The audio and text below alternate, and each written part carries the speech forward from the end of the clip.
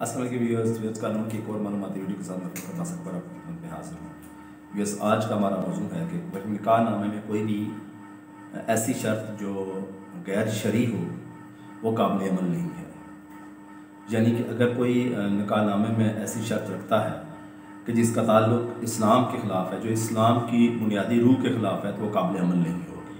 Viewers हमारी video देखने से पहले हमारे चैनल को लाइक कीजिएगा, सब्सक्राइब कीजिएगा, शेयर कीजिएगा, कमेंट कीजिएगा ताकि ये वीडियो ज़्यादा से ज़्यादा लोगों तक पहुँच सके, ज़्यादा से ज़्यादा लोगों की रहनुमाई हो सके और हमारी हौसला अफजाई हो सके। व्यूअर्स निकाह इस्लामिक माशरे की एक बुनियादी जुज़्व है जिसके बारे में नबी सल्लल्लाहु अलैहि वसल्लम ने कहा है निकाह हमारी सुन्नत है और जिस पे अमल नहीं करता वो हम में से नहीं, ये हदीस का हुक्म है। तो इसमें जब निकाह होता है दो लोगों का, तो उसमें कुछ चीज़ें, कुछ कंडीशन सेटल्स की जाती हैं। उन कंडीशन में जो बुनियादी चीज़ होती है वो हक महार होती है। यानी बाकी तो निकाह नामे में अगर कॉलम देखें जो है तो उसमें नाम होता है लड़की का, पहले दूल्हे का नाम होता है, उसके वालिद का नाम होता है, उसका एड्रेस होता है, उसका आईडी कार्ड नंबर होता है, उसकी डेट ऑफ बर्थ होती है।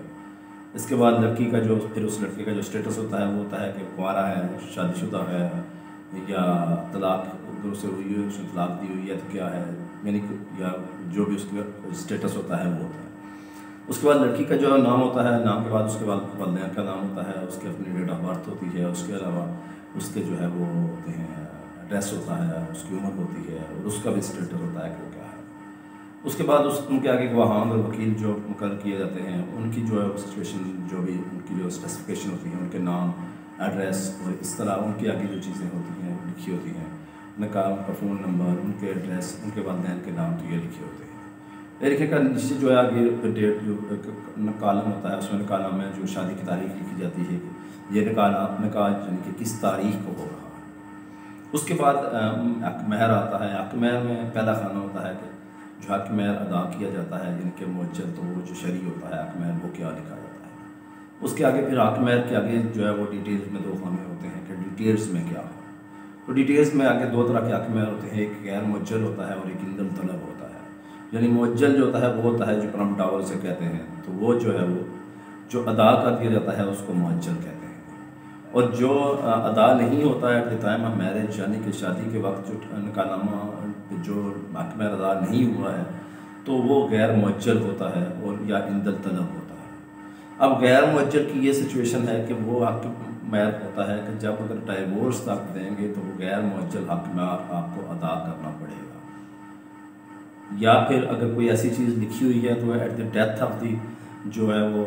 हस्बैंड के अगर कोई मकान घर पर लिखा हुआ है तो उसके डेथ पर जो है वो अदा हो जाएगा।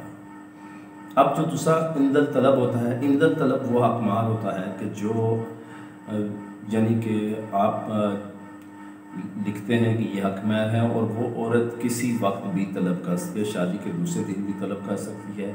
तीसरे दिन भी कर सकती है, महीने बाद, साल बाद, 10 साल बाद, वो जब चाहे वो तलब कर सकती है, वो इंदल तलब होता है। अब उसके आगे जो है वो कंडीशंस के खाने आ जाते हैं और वहाँ पे बहुत सी चीज़ें लिख दी जाती हैं और उसका जो स्टेचर है हम उस पर बात करते हैं कि क्या कानूनी या शरई लिहाज से वो एग्जिस्ट करती हैं या नहीं करती हैं। तो उसमें एक चीज़ मोस्टली जो लिखी जाती है, क्योंकि इस्लामी लॉ में जो फैमिली लॉ है, जो शरीयत है, उसमें तलाक देने का हक़ जो है वो ख़ावंद को हासिल है। तो वो तलाक जो है वो जो जब उसको लिख दिया जाता है कि वो अगर तलाक देगा तो 10 लाख देगा, 20 लाख देगा, 30 लाख देगा। तो क्योंकि ये शरई हक़ है ख़ावंद का, तो इस पे किसी किस्म की कोई कदगन नहीं लगाई जा सकती, इस पर किसी किस्म का कोई कंडीशन नहीं लगाई जा सकती। तो ऐसी कोई शर्त जो होती है वो गैर शरई है और उस पर इम्प्लीमेंटेशन नहीं हो सकती। इसमें एक और बात होती है कि अगर दोनों में शादी होते हुए ये एक स्टाम्प लिख दिया जाए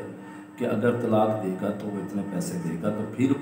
वो काबिल अमल है। वो काबिल अमल इसलिए है कि स्टाम्प एक एग्रीमेंट हो जाता है, उस पर दोनों के जब साइन हो जाते हैं तो वो सिविल कोर्ट में उसकी फिर वैल्यू है और उस पर अमल ज़रूरी है। अगर यही बात निकाहनामे से हट कर स्टाम्प पे लिख दी जाए तो फिर उसकी अच्छी बड़ी वैल्यू है और फिर वो ज़रूरी है, वो आपको अदा करना पड़ता है। तो बुनियादी तौर पे जो इसमें असल बात करने वाली है वो सिर्फ यही है कि कोई भी ऐसी शर्त जो शरीयत के ख़िलाफ़ हो